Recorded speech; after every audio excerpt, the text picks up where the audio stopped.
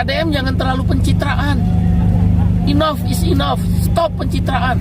Said Iqbal, Presiden Buruh dan sekaligus Ketum Partai Buruh, menyerang Kang Deddy Mulyadi sebagai Gubernur Jawa Barat, dan ini membuat fans Kang Deddy Mulyadi murka. Warga Jawa Barat murka. Banyak sekali warga Jawa Barat yang berkomentar tentang statement yang dikeluarkan oleh Bapak Said Iqbal ini. Kita simak videonya bersama-sama. Silahkan. Hari ini terus bergema.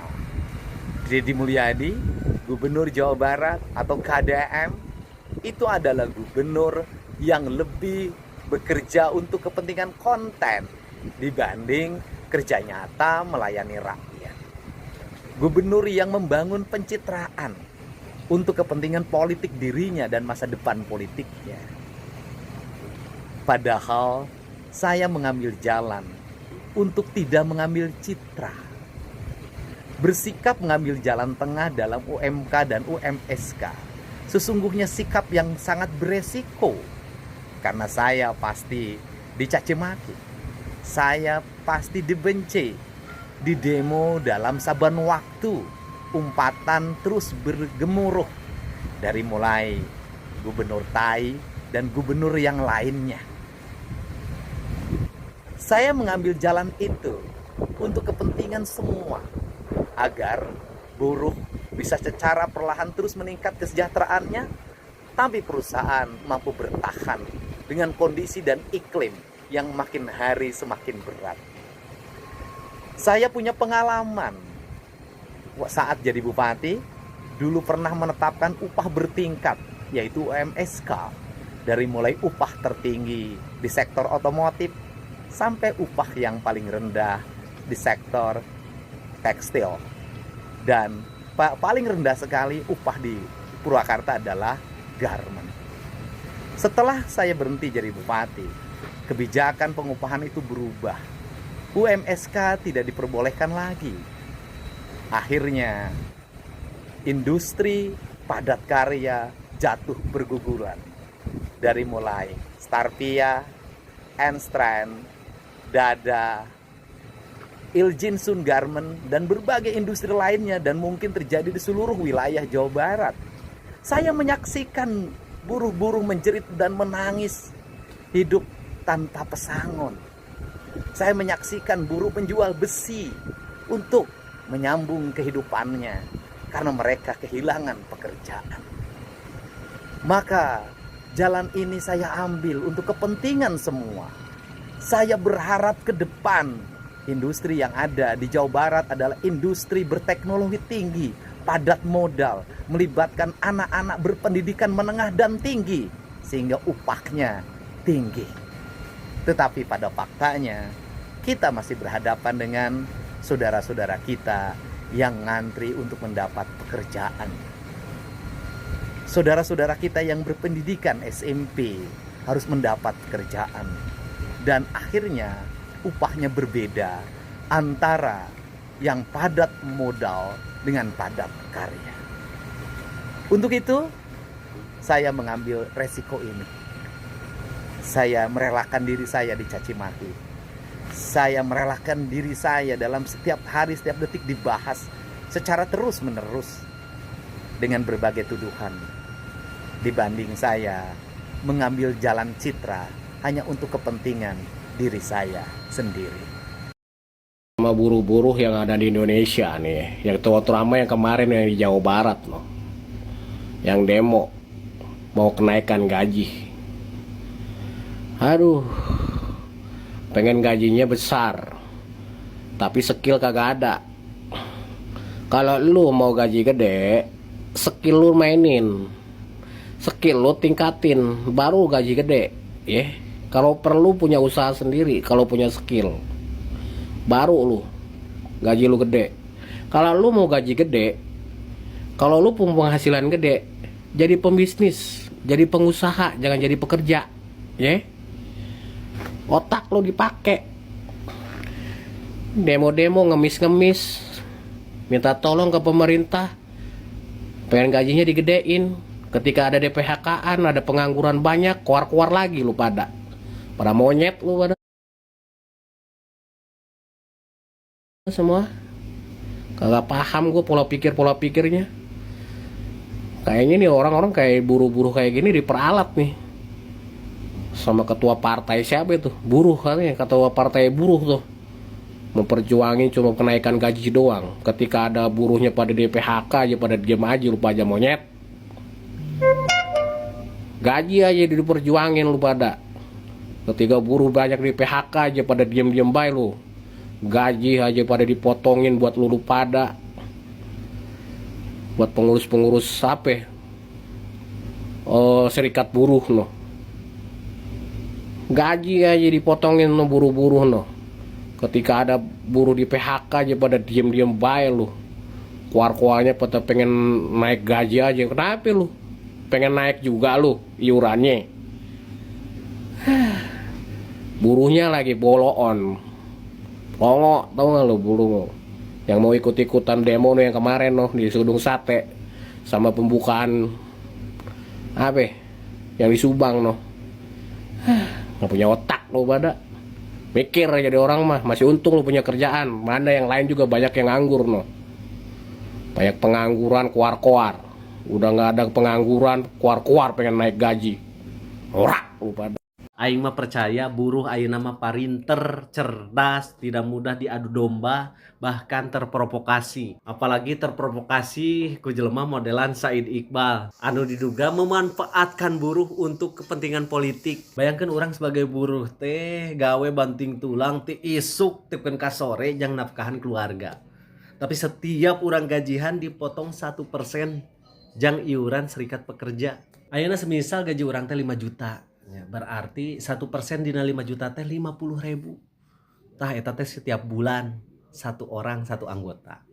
Lamun misalkan di satu perusahaan eta aya 1000 anggota, kalikeun atuh 50.000 kali 1000 sabaraha. Ya tapi kan hasil iuran eta teh jang kegiatan organisasi seperti rapat, demo. Tapi ulah polos teuing, gaji ketua jeung pengurus organisasi pekerja oge digaji teh make duit iuran anggota. Lumayan sih gajina 2,4 juta hingga 15 juta per bulan. Eta teh lamun iuranna diambil dari pekerja anu gajina teh UMK nya, upah minimum kabupaten atau kota. Tapi coba bayangkeun lamun misalkan 1% eta diambil dari UMSK, upah minimum sektoral kabupaten dan kota, anu upah atau gajina teh di atas UMK, beuki gede deui atuh iuranna. Makana kunaon jelema ieu gogoro kan paling lantang soal UMSK.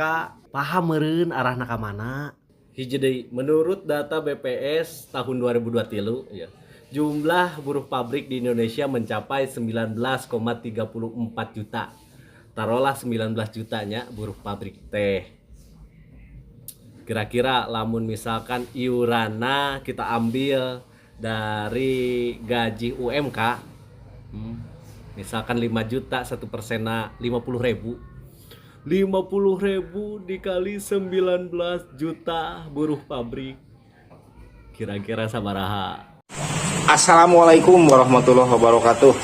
Menyikapi terjadinya aksi demo di Gedung Sate, yaitu menuntut membatalkan kebijakan KDM tentang UMSK. Mungkin di mata para pekerja kebijakan tersebut tidak menguntungkan pihak mereka. Nah, yang dikhawatirkan ketika pihak pemerintahan menuntut terlalu besar kenaikan para pekerja, itu yang dikhawatirkan pihak perusahaan tidak mau menaikkan upah sehingga pihak perusahaan menghentikan perusahaannya di daerah Jawa Barat. Yang akan terjadi ketika pihak perusahaan mundur, otomatis terjadi PHK massal. Mungkin itu yang dikhawatirkan Gubernur Jawa Barat, sehingga dalam hal ini pihak pemerintahan Jawa Barat posisinya mungkin ada di tengah, yaitu tidak terlalu memberatkan pihak perusahaan dan gaji para pekerja tetap naik. Mudah-mudahan para pekerja silahkan sampaikan aspirasinya sesuai dengan prosedur yang ada, dengan catatan tetap kudu nyaah ka Jawa Barat, ulah sampai terjadi perusakan silahkan sampaikan tuntutan Anda dengan sesuai aturan yang ada. Mudah-mudahan dalam hal ini tidak ada pihak-pihak yang dirugikan, pihak perusahaan tetap bisa beroperasi sehingga para karyawan juga masih bisa bekerja dan pihak pekerja juga tetap mendapatkan hak-haknya. Wassalamualaikum warahmatullahi wabarakatuh. Problematika tentang buruh ini masih sering terjadi, teman-teman. Hampir setiap tahun buruh itu berdemo untuk kenaikan upah. Ini kan sebenarnya yang menjadi problem itu bukan hanya di kepemerintahan ya.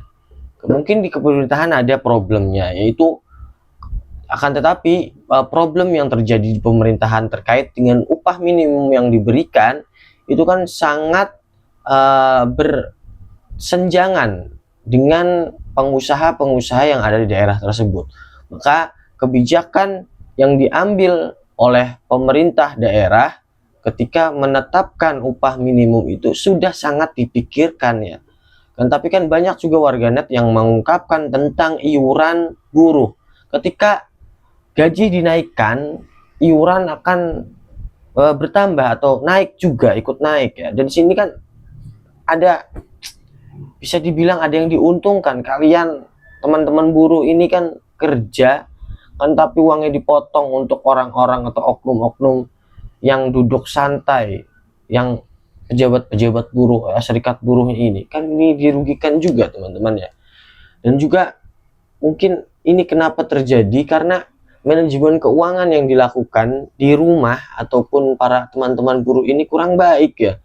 Makanya bisa dibilang ketika gajinya 10 juta ataupun 3 juta misalkan, kalau di manage dengan baik itu akan terasa cukup teman-teman. Bayangkan seorang petani saja tidak pernah berdemo kelayakan upah, padahal upahnya sehari 50.000, bahkan ada yang 30.000, kan tapi bisa mencukupi untuk keluarganya. Kenapa ini buruh? Dan kemarin yang terjadi, yang sampai mengeluarkan kata yang tidak enak untuk Kang Deddy Mulyadi, menyebutkan Deddy Mulyadi tai, itu ternyata gajinya 10 juta sebulan. Ini kan problem ya teman-teman ya, problem di manajemen keuangan di keluarganya. Terus juga keterikatan dengan serikat katanya, kebersamaan. Ya kalau kebersamaannya untuk menghancurkan, kenapa harus dilakukan ya? Kalaupun kalau pengen kaya, menurut saya ini salah satu ilmu yang pernah saya dapatkan ketika saya ngobrol langsung dengan orang yang mempunyai uang yang bisa dibilang cukup banyak. Kalau kalian mau kaya, jangan kerja, usaha, terus invest, terus lagi bisnis. Kalau kalian masih terikat dengan seseorang, dalam hal ini misalkan perusahaan, kalian masih ngikut dengan orang yang gak bakal kaya-kaya, itu bisa mungkin 70% dijamin. Kalau kita masih ketergantungan dengan orang lain, maka kita tidak akan bisa melewati orang lain tersebut. Si A mempunyai perusahaan, si B ini kerja dengan si A. Ini pasti keuangannya lebih besar si A daripada si B, karena dia pemilik modal, dia yang mengatur semuanya, dia yang punya kebijakan untuk berapa mengupah si B ini, karena si B yang membantu dia. Itu tidak mungkin si B lebih tinggi daripada si A. Itu logikanya teman-teman ya. Jadi ini semoga ini, mungkin saya maunya, kalau saya pribadi maunya ini, semoga ini yang terakhir terjadi. Saya juga bisa dibilang malas sudah melihat hampir setiap tahun buruh berdemo dengan upah minimum pekerjaan. Lagian di perusahaan itu kan ada, bisa dibilang bahasanya grade ya. Ketika kalian teman-teman buruh ini bekerja lebih lama, di situ grade-nya akan naik, dan juga tingkat kecelakaan kerjanya tinggi, maka itu grade-nya naik. Setahu saya ini ya. Kalau saya salah, mungkin kalau di daerah saya seperti itu sistemnya ya. Cuman itu kan balik lagi kepada daerahnya dan juga kebijakan dari perusahaannya. Jadi mungkin itu saja. Mohon maaf apabila salah kata. Assalamualaikum warahmatullahi wabarakatuh.